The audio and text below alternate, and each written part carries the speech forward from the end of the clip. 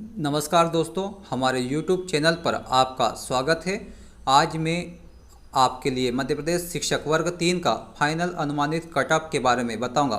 दोस्तों, मध्य प्रदेश शिक्षक वर्ग 3 की परीक्षा का result Madhya Pradesh professional examination board ने जारी कर दिया था, जिसमें सभी पास होने वाले अभ्यर्थियों को मार्कशीट में मार्क्स और मेरिट के आधार पर रैंक भी बताई गई है, जो कि अनारक्षित वर्ग और आरक्षित वर्ग दोनों में अभ्यर्थियों को मेरिट के आधार पर रैंक बताई गई है। दोस्तों, मैं सभी कैटेगरी के अलग अलग अभ्यर्थियों की अलग अलग मार्कशीट में आए मार्क्स और रैंक का एनालिसिस किया हूँ, जिसके आधार पर मैं आपको मध्य प्रदेश शिक्षक वर्ग 3 का फाइनल अनुमानित कट ऑफ बताऊँगा। साथ ही आपको प्रत्येक कैटेगरी के मेल का सिलेक्शन कितने मार्क्स पर होगा और फीमेल का सिलेक्शन कितने मार्क्स पर हो जाएगा। दोस्तों, यह मेरा अनुमानित कट ऑफ संभावित 7000 प्लस पोस्टों को ध्यान में रखकर तैयार किया गया है। अब शुरू करते हैं दोस्तों। सबसे पहले देखते हैं दोस्तों जनरल कैटेगरी के कट ऑफ के बारे में। मेल का कट ऑफ 110 के आसपास रह सकता है, जबकि फिजिकल हैंडीकैप का कट ऑफ 95 के आसपास रह सकता है।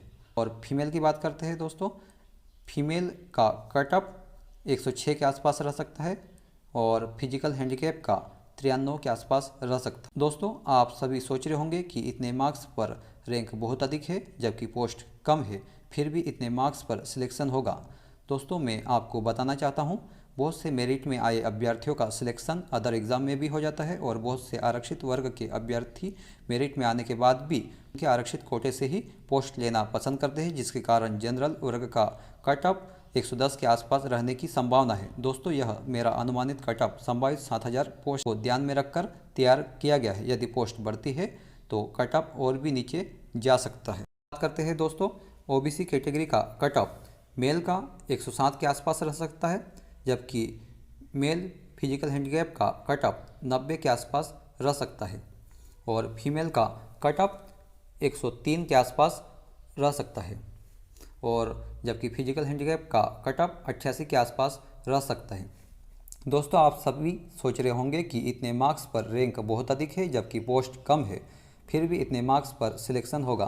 दोस्तों, मैं आपको बताना चाहता हूँ, बहुत से मेरिट में आए अभ्यर्थियों का सिलेक्शन अनारक्षित वर्ग में भी हो जाता है और बहुत से अभ्यर्थियों का सिलेक्शन अदर एग्ज़ाम में भी हो जाता है, जिसकी वजह से ओबीसी वर्ग कट ऑफ कम जाएगा और यदि पोस्ट और बढ़ती है तो कट ऑफ इससे भी नीचे जा सकता है। बात करते हैं दोस्तों ईडब्ल्यूएस के कट ऑफ के बारे में। ईडब्ल्यूएस का मेल का कट ऑफ 105 के आसपास रह सकता है, जबकि फिजिकल हैंडीकैप का कट ऑफ 92 के आसपास रह सकता है और ईडब्ल्यूएस के फीमेल का कट ऑफ 102 के आसपास रह सकता है, जबकि फिजिकल हैंडीकैप का कट ऑफ 90 के आसपास रह सकता है। दोस्तों, आप सभी सोच रहे होंगे कि इतने मार्क्स पर रैंक बहुत अधिक है जबकि पोस्ट कम है, फिर भी इतने मार्क्स पर सिलेक्शन होगा।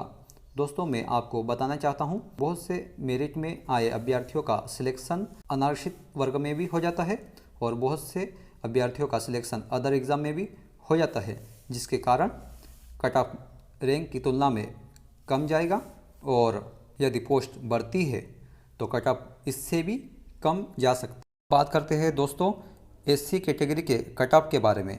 एससी कैटेगरी के मेल का कट ऑफ 100 के आसपास रह सकता है, जबकि फिजिकल हैंडीकैप का कट ऑफ 85 के आसपास रह सकता है। अब बात करते हैं एससी फीमेल का कट ऑफ। एससी फीमेल का कट ऑफ 96 के आसपास रह सकता है, जबकि फीमेल फिजिकल हैंडीकैप का कट ऑफ 80 के आसपास रह सकता है। आप सभी सोच रहे होंगे कि इतने मार्क्स पर रैंक बहुत अधिक है जबकि पोस्ट कम है, फिर भी इतने मार्क्स पर सिलेक्शन होगा।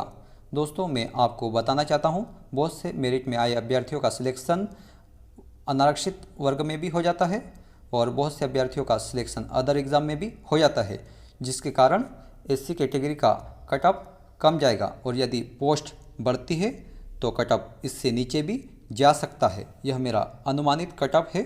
अब बात करते हैं दोस्तों एसटी कैटेगरी के कट ऑफ के बारे में। एसटी मेल का कट ऑफ 95 के आसपास रह सकता है और फिजिकल हैंडीकैप का कट ऑफ 75 के आसपास रह सकता है।